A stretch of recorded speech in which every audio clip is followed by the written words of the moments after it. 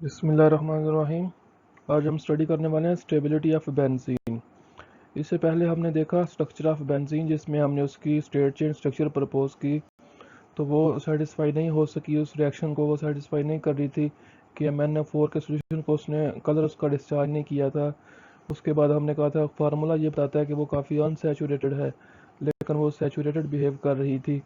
तो वो फिर कैकुले ने उसकी साइक्लिक स्ट्रक्चर प्रपोज की थी, जिसमें उसने कहा था 6 कार्बन 6 हाइड्रोजन, उसमें 3 double bond 3 single bond alternate fashion में लगे हुए हैं। तो वो काफ़ी रिएक्शन को वो सेटिस्फाई कर रही थी, सही कर रही थी, लेकिन उसके ऊपर कुछ ऑब्जेक्शन आ गए थे कैकुले के ऊपर। तो आज हम वो ऑब्जेक्शन देखते हैं, उसके बाद इसकी स्टेबिलिटी की बात करेंगे। Objection on Kekulé structure. Kekulé formula with 3 double bond demands a high degree of unsaturation from benzene. Kekulé का जो फार्मूला था उसमें कहा C6H6, वहाँ पे लगता है कि हाई डिग्री ऑफ अनसैचुरेशन है, कि अगर अल्केन होता तो उसमें C6H14 होते, अल्कीन में C6H12 होते, अल्काइन में C6H10 होते। इसमें 10 से भी 4 कम है, 6 है, C6H6। तो इसका मतलब है कि ये काफ़ी ज़्यादा अनसैचुरेटेड है। While it usually exhibit a saturated character, के फार्मूले से लगता है कि ये काफ़ी ज़्यादा अनसैचुरेटेड है, लेकिन इसका जो बिहेवियर है वो सैचुरेटेड है। Thus benzene yield substitution reaction readily and form addition product reluctantly, कि बेंजीन अडी सब्स्टिट्यूशन प्रोडक्ट जो कि सैचुरेटेड कंपाउंड की प्रॉपर्टी है, ये बड़ी आसानी से दे देती है, लेकिन जो एडिशन प्रोडक्ट्स हैं वो जो अनसैचुरेटेड कंपाउंड देते हैं ये बड़ी मुश्किल से देती है। Benzene is also a very stable compound. Benzene एक बहुत स्टेबल कंपाउंड है। All this property of benzene can be easily explained using the modern theory about its structure. तो ये उसके ऊपर ऑब्जेक्शन था कि ये जो फार्मूला है कैकुले का, उसके मुताबिक उसने कहा था कि 3 डबल बॉन्ड है, 3 सिंगल बॉन्ड है। तो अगर हम 3 डबल बॉन्ड की बात करें तो ये काफ़ी ज़्यादा अनसैचुरेटेड है, तो इसको अनसैचुरेटेड बिहेव करना चाहिए। लेकिन बेंजीन जो है वो सब्स्टिट्यूशन रिएक्शन देता है, एडिशन रिएक्शन भी देता है, लेकिन ज़्यादा आसानी से सब्स्टिट्यूशन रिएक्शन देता है। तो ये सैचुरेटेड बिहेव करता है, लेकिन फार्मूला बताता है कि ये अनसैचुरेटेड है। दूसरा, जब हमने इसका एक्सरे एनालिसिस किया तो उसमें कार्बन कार्बन जो बॉन्ड लेंथ थी वो सारी carbon carbon bond length 1.39 angstrom आई थी, लेकिन उसने कहा था 3 सिंगल बॉन्ड है, 3 डबल बॉन्ड है। तो कोई भी carbon carbon bond length single या डबल बॉन्ड के इक्वल नहीं आई। तो अब हम ये जो ऑब्जेक्शन आए हैं कैकुलस के ऊपर, इनको मॉडर्न थ्योरीज के मुताबिक एक्सप्लेन करते हैं। तो सबसे पहले आपके पास है modern concept about structure of benzene, atomic orbital of benzene. तो यहाँ पे हम हाइब्रिडाइजेशन को देखते हुए इसको एक्सप्लेन करेंगे कैकुले के ऑब्जेक्शन को, कि वो किस तरह से सब्स्टिट्यूशन बिहेव करती है benzene. The hexagonal framework of benzene can be conventionally explain using hybridization approach. यहाँ पे हम हाइब्रिडाइजेशन अप्रोच को यूज़ करते हुए इसका हेक्सागोनल स्ट्रक्चर को एक्सप्लेन करते हैं। According to this each carbon in benzene is sp2 hybridized, कि इसमें देखें जो पाई इलेक्ट्रॉन है उस वजह से sp2 हाइब्रिडाइजेशन होगी, एक s और 2p।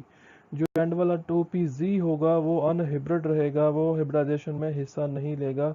ये जो तो आपके पास एक s और 2p, तीन ऑर्बिटल मिक्स होकर तीन ही हिब्रिड ऑर्बिटल बनेंगे, sp2 sp2 sp2। The 3 sp2 hybrid orbital on each carbon are utilized to form 3 sigma bond, 2 with adjacent carbon atom and 1 with hydrogen। ये देखें कि ये कार्बन है, ये उसका sp2 sp2 sp2, 6 कार्बन है, sp2 हाइब्रिडाइजेशन करके इसने तीन तीन बना लिए हैं sp2 हाइब्रिड ऑर्बिटल। तो ये जो कार्बन, अगर इसकी हम बात करें तो इसका एक ये है, एक ये है, और एक ये इसने एक ये वाला किया, हाइड्रोजन के साथ शेयर सिग्मा बॉन्ड बना लिया। और जो दो उसके ऑर्बिटल हैं sp2 हाइब्रिडाइज ऑर्बिटल हैं, वो साथ वाले कार्बन के साथ ओवरलैपिंग करके इस तरह उन्होंने एक रिंग बना ली। The unhybridized 2pz orbital remain at right angle to these sp2 orbitals, कि जो आपका लास्ट वाला 2pz ऑर्बिटल अनहाइब्रिडाइज था वो इस रिंग के ऊपर, ये जो sp2 के ऑर्बिटल्स हैं इनके ऊपर परपेंडिकुलर है। Since all the 2pz orbital are in the same plane, therefore all the carbon and hydrogen atom are coplanar, ये जो आपके पास है sp2 ऑर्बिटल्स एक रिंग फॉर्म में ओवरलैप हुए हैं, ये एक प्लेन में है, कोप्लेनर है, इसलिए कार्बन और हाइड्रोजन भी प्लेन में है। ये आउट ऑफ प्लेन, इनमें से कोई भी एटम नहीं है। और इस प्लेन के ऊपर परपेंडिकुलर राइट एंगल पे अनहिब्रिडाइज्ड 2p ऑर्बिटल है। इस तरह से ये जो लाइन है दरमियान में, ये मैंने शो कर दिया जो हिब्रिड ऑर्बिटल थे। तो ये जो आपके पास लूप नज़र आ रहे हैं, ये अनहिब्रिडाइज्ड 2p ऑर्बिटल है, जो कि इस प्लेन के ऊपर, ये जो रिंग नज़र आ रही है आपको 6 कॉर्नर वाली, ये एक प्लेन है। उस प्लेन के परपेंडिकुलर राइट एंगल पे ये हर कार्बन के ऊपर एक एक 2p अनहिब्रिडाइज्ड ऑर्बिटल पड़ा हुआ है। All the angle of 120 degree, ये जो कॉर्नर पे जो एंगल बन रहा है, ये 120 डिग्री है, जो हमने एक्सरे एनालिसिस से देखा था, ये उसको सेटिस्फाई कर रहा है। Which confirm the regular hexagonal structure of benzene, कि जब सारे एंगल 120 के हैं तो फिर इसकी जो रेगुलर हेक्सागोनल स्ट्रक्चर है वो कन्फर्म हो जाती है। एक्सरे से भी ये वेरीफाई हो चुकी थी। The unhybridized 2p orbital partially overlap to form continuous sheath of electron cloud।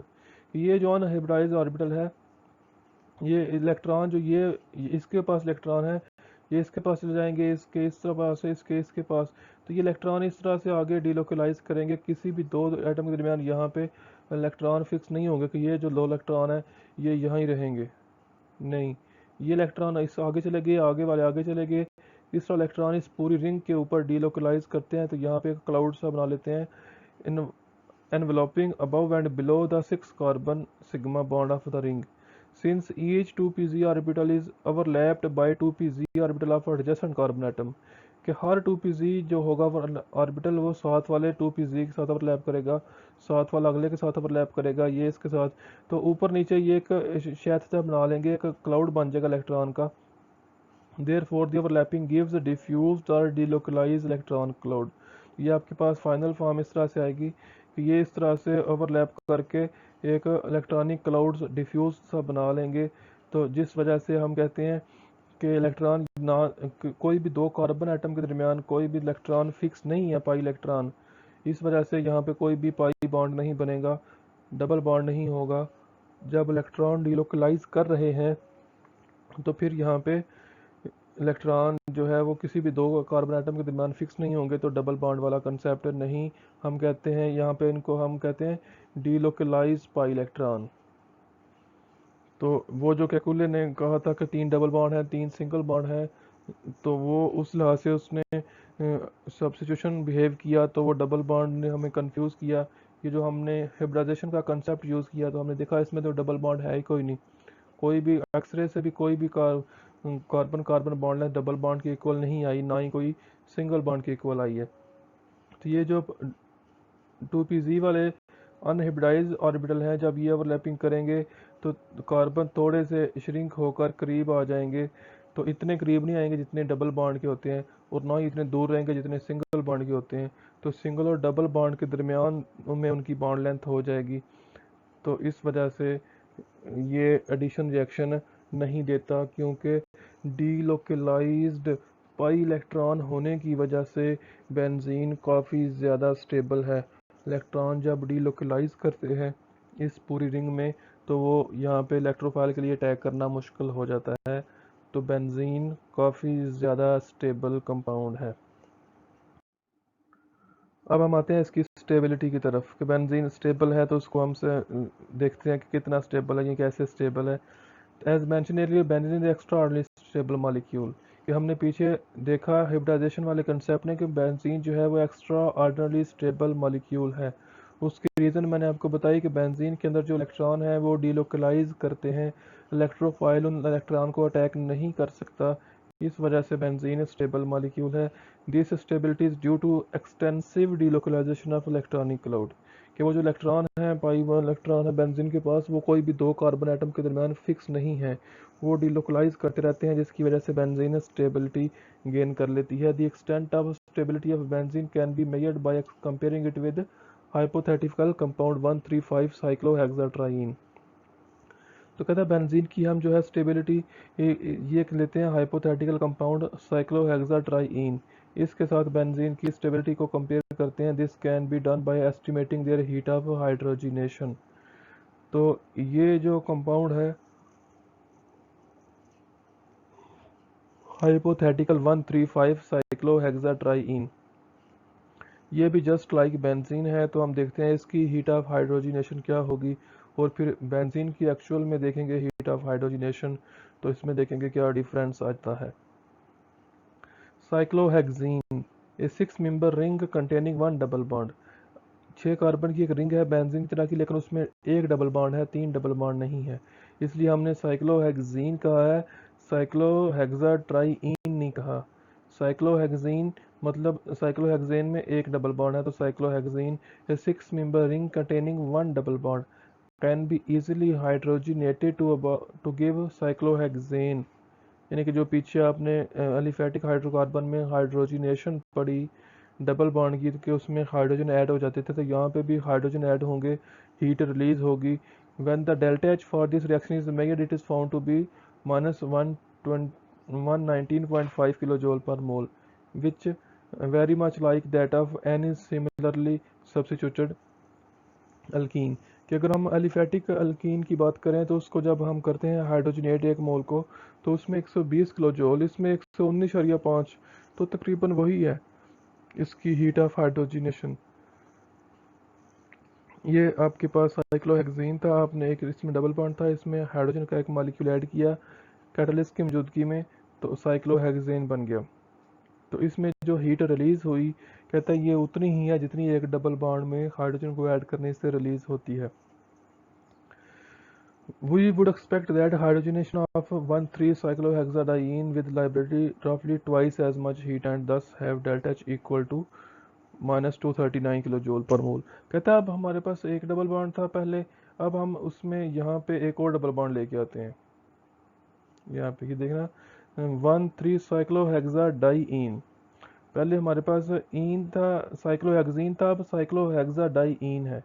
क्या कहता है हमारे पास जब एक डबल बॉन्ड था, हमने उसकी देखी हाइड्रोजिनेशन, तो वो हमारे पास आई 119.5। कहता है जब हम एक डबल बॉन्ड की बजाय दो डबल बॉन्ड यहाँ पे ले लेंगे, तो कैलकुलेशन के मुताबिक ये जो हमारे पास एक डबल बॉन्ड की एनर्जी आई है अब इसका डबल होनी चाहिए, यानी कि 239 किलो जूल अब आनी चाहिए कैलकुलेशन के मुताबिक। लेकिन जब ये हम एक्सपेरिमेंटली करते हैं तो हमारे पास 231.5 आती है। तो इसमें हमारे पास 7.5 किलो जूल कमी हुई है, लेकिन कहता है ठीक है ये वैल्यू भी तकरीबन क्लोज ही है कैलकुलेटेड वैल्यू पे। ये जो फ़र्क आया है थोड़ा सा, हम ये कह सकते हैं कि अल्टरनेट बॉन्ड जो होते हैं, double bond single bond double bond single bond double bond single bond, इनको हम कहते हैं अल्टरनेट बॉन्ड। तो कहते हैं अल्टरनेट बॉन्ड जो है वो स्टेबल होते हैं। The result is quite close to what we calculated. The difference can be explained by taking into account the fact that compound containing conjugated double bonds, conjugated double bond यानी कि double bond फिर single bond फिर double bond, और usually somewhat more stable than those containing isolated double bond। Isolated double bond के दो double bond के दरमियान दो सिंगल बॉन्ड हो तो हम इसको कहते हैं आइसोलेटेड, लेकिन अगर डबल बॉन्ड हो फिर सिंगल बॉन्ड हो फिर डबल बॉन्ड हो फिर सिंगल बॉन्ड हो तो इसको हम कहते हैं कॉन्जुगेटेड डबल बॉन्ड या अल्टरनेट डबल बॉन्ड। अब देखें ये हमारे पास पहले एक वाला हमने देखा सिंगल एक डबल बॉन्ड क्रिएट किया तो उसमें एक मॉलिक्यूल किया तो हमने कहा 119.5। अब हमने कहा जब हम डबल बॉन्ड लेते हैं इसमें दो बॉन्ड आएंगे तो वो जो हमारे पास सिंगल बॉन्ड की वैल्यू आई है उससे डबल वैल्यू आनी चाहिए, लेकिन उससे भी हमारी 7.5 वैल्यू कम थी। हमने कहा ठीक है ये भी उसके क्लोज ही है। अब इसमें एक और डबल बॉन्ड ले आते हैं, यानी कि इसमें अब 135 साइक्लोहेक्साट्राईन कर लेते हैं। ये देखें ये हमने इसकी जो डबल बॉन्ड की निकाली, कहता है कैलकुलेट हमारे पास आई 239, जो हमने एक्चुअली ऑब्जर्व की एक्सपेरिमेंट करके वो हमारे पास आई 231.5। अगर हम if we extend this kind of thinking and if benzene is simply 135 cyclohexatriene we would predict that benzene would liberate approximately 358.5 kilo joule, यानी कि जो हमारे पास एक सिंगल बॉन्ड की आई थी उसको अगर हम 3 से करते हैं तो हमारे पास इतनी एनर्जी रिलीज होनी चाहिए 135 साइक्लोहेक्साट्राईन के केस में। यानी कि यहाँ पे आपके पास ये देखें अगर यहाँ पे हमारे पास एक और बॉन्ड आ जाएगा तो ये जस्ट लाइक बेंजीन हो जाएगा, लेकिन इसमें इलेक्ट्रॉन डिलोकलाइज नहीं कर रहे। हमने ये कंसिडर किया हुआ है कि इलेक्ट्रॉन यहाँ पे लोकलाइज्ड हैं, पाई बॉन्ड है, यहाँ पे डबल बॉन्ड है। तो उसके मुताबिक जो हमने सिंगल बॉन्ड की देखी हीट ऑफ हाइड्रोजनेशन, हमने कहा उसके 3 गुना ये हमारे पास ट्रिपल बॉन्ड की होनी चाहिए। तो वो हमारे पास इतनी आनी चाहिए कैलकुलेशन के मुताबिक 358.5। लेकिन when the experimental is actually done, the result is surprisingly different. The reaction is exothermic but only by 208 किलोजोल। लेकिन जब हमने वो 135 का किया, उसमें ऐड किए 3 मॉलिक्यूल हाइड्रोजन के, तो ये बन गया साइक्लोहेक्सेन। तो इसकी हमने जो कैलकुलेट की थी वो आनी थी 358, लेकिन जो हमने ऑब्जर्व की एक्चुअली एक्सपेरिमेंट परफॉर्म करके वो आई 208। डिफरेंस कितना आया 150 का। तो इसको अब हम इग्नोर या किसी तरह से जस्टिफाई नहीं कर सकते, ये डिफरेंस काफ़ी ज़्यादा है। और ये डिफरेंस इसी वजह से आया है कि जो हमने हाइपोथेटिकल मॉडल लिया है उसमें इलेक्ट्रॉन, यहाँ पे पाई इलेक्ट्रॉन फिक्स्ड हैं, लोकलाइज्ड हैं, डबल बॉन्ड मौजूद हैं। लेकिन जो हमारा बेंजीन है उसमें वो इलेक्ट्रॉन पूरी रिंग में ऐसे डिलोकलाइज कर रहे हैं जिसकी वजह से बेंजीन स्टेबिलिटी गेन कर लेती है। ये देखें when the result are represented by the following figure. तो आपके पास देखें बेंजीन की स्टेबिलिटी, जब सिंगल बॉन्ड था तो हमने कहा 119.5, जब डबल था तो हमने कहा इसका डबल होना चाहिए, लेकिन वो इससे भी 7.5 कम आई है। लेकिन जब ट्रिपल बॉन्ड हमने लगा दिया रिंग में तो हमने कहा सिंगल के 3 गुना इसमें 358.5 kilo joule per mole heat of hydrogenation होनी चाहिए, लेकिन बेंजीन में कितनी आ गई 208। तो ये जो 150 का ऊपर डिफरेंस आया है इसको हम कहते हैं रेजोनेंस एनर्जी, कि बेंजीन स्टेबल है। तो ये जो एनर्जी ऊपर इसने बेंजीन ने नहीं शो की, ये रेजोनेंस की वजह से स्टेबिलिटी गेन कर ली है। रेजोनेंस क्या होती है ये हम इसे आगे वाले लेक्चर में डिस्कस करेंगे। कहता है indeed benzene is more stable than hypothetical 135 cyclohexatriene by 150 kilo joule per mole. कि इतनी एनर्जी का फर्क था इस हाइपोथेटिकल मॉडल में और एक्चुअल बेंजीन में। उसकी रीज़न ये है कि एक्चुअल बेंजीन में इलेक्ट्रॉन डिलोकलाइज कर रहे हैं, लेकिन हमारे हाइपोथेटिकल मॉडल में हमने इलेक्ट्रॉन को डिलोकलाइज नहीं करवाया था।